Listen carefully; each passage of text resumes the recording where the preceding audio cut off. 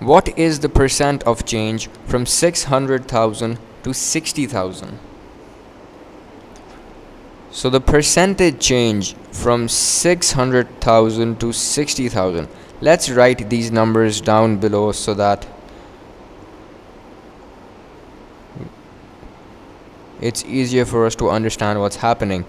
600,000 to 60,000.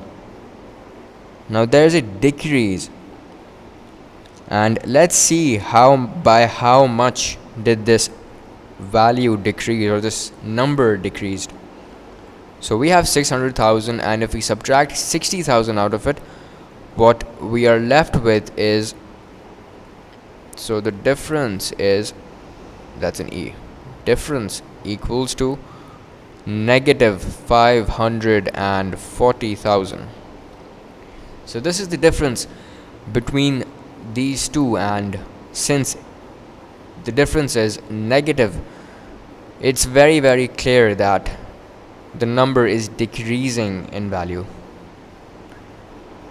Now before we move on and try to solve this question, let's write down the formula that we're going to be using so that you know what's really happening.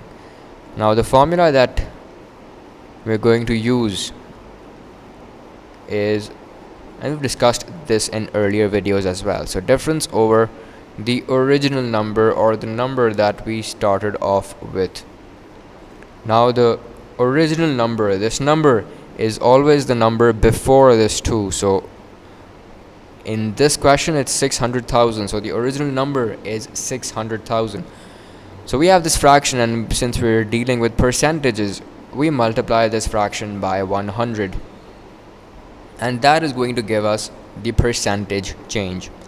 So we have found out the difference, and we know what the original number was. So let's put these bits of information into the formula and try to find out the percentage change. So difference over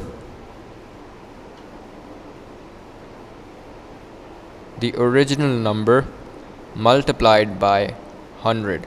Let's just cancel out all the zeros first.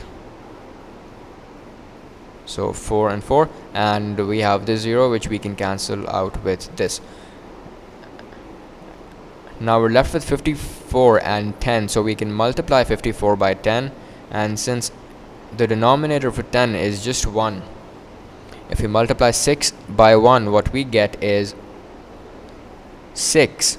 Anything multiplied by 1 is that same anything, so 54 multiplied by 10 is 540, and 6 multiplied by 1 is 6.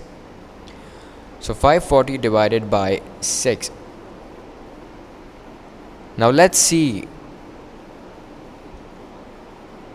if 540 goes by 6, and it does. 5 8s are 54, 6 8s is 48, and 6 9 is 54, so 6 9s are 54. If we add a 0, we should get 540, so 6 90s are 540. And I'll add the percent sign at the end, so 90%. Now we have been given 4 options, out of which the last 2 options are not applicable since they don't show a decrease or an increase of 90%. So we cancel these 2 options out, and the ones that are left are 90% decrease and 90% increase. Now as we discussed earlier, the difference is negative, which means there's a decrease, and we found out the percentage, which happens to be 90%. So there's a 90% decrease, and therefore the first option is the answer.